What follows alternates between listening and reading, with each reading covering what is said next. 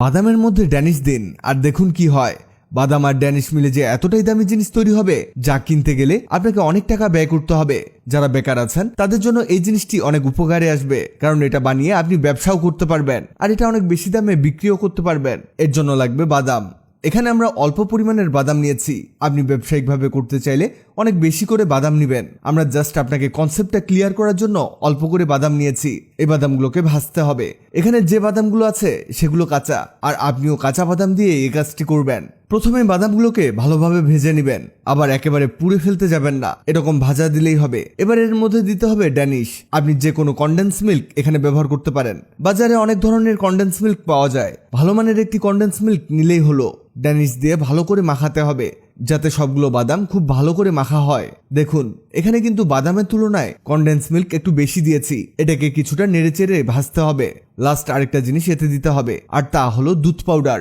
যদিও সবগুলো উপকরণ কিছুটা দামি, তবে এরপরে যে ফলাফল আসবে তা এর চেয়ে অনেক অনেক বেশি দামের। এখানে কিছুটা দুধ পাউডার ঢেলে দিয়ে এটাকে মাখাতে হবে। তবে পুরো প্রসেসটা একেবারে লো ফ্লেমে রান্না করতে হবে, মানে চুলার হিট একেবারে লো করে দিবেন।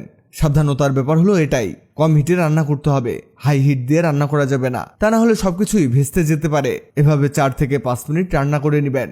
দেখুন এটা একেবারে আঠালো হয়ে যাবে, আর এই আঠালোটাই আমাদের প্রয়োজন।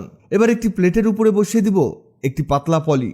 এমন পাতলা পলি আপনি যে কোনো সুপার শপে পেয়ে যাবেন। অবশ্যই ফুড গ্রেডের পলি নিবেন। এবার এর মধ্যে আমাদের সেই মিশ্রণটিকে ঢেলে দিতে হবে। এটা ঢালতে ঢালতে জানিয়ে দিন আপনি কোথা থেকে ভিডিওটি দেখছেন, যাতে পরের ভিডিওতে আপনাকে ধন্যবাদ জানাতে পারি। আমাদের আগের ভিডিওতে কমেন্ট করেছেন ভোলা থেকে মোহাম্মদ শাকিল, ঠাকুরগাঁও থেকে সুমাইয়া, হুগলি থেকে সূর্য মালিক। আমাদের এটা সেট করা হয়ে গেছে। পলি দিয়ে এটাকে খুব ভালো করে পেঁচিয়ে নেবেন। আপনি চাইলে এখানে ফয়েল পেপারও ব্যবহার করতে পারেন পলির পরিবর্তে। এভাবে রেখে দিতে হবে 10 মিনিটের মতো। এতে এটা কিছুটা শক্ত হবে আর ঠান্ডা হবে। এই দেখুন এটা হয়ে গেছে। এবার পলি খুলে দেখাই। আপনি যত সময় দিবেন এটা ততই শক্ত হতে থাকবে। এবার এটাকে কাটতে হবে। ছুরি দিয়ে এটাকে 4 কোনা পিস করে কেটে নেবেন। আপনি চাইলে আরো ছোট করে কাটতে পারেন। এই দেখুন আমরা কতগুলো বানিয়েছি। লাস্টের উপরে দিতে হবে গুঁড়ো দুধ। একটি ছাঁকনির সাহায্যে এর চারদিকে গুঁড়ো দুধ ছড়িয়ে দিচ্ছি। এই যে তৈরি হয়ে গেল পিনাট বার। এটা আপনি প্যাকেজিং করে বাজারে বিক্রিও করতে পারেন। এটা অনেক উন্নত মানের একটি চকলেট হয়েছে। এর টেস্ট এক কথায় অসাধারণ। এমন চকলেট আগে কখনোই খাননি। এর টেস্টের কথা বলতে গেলে এক কথায় 100-এর মধ্যে 1000 দিয়ে দিব।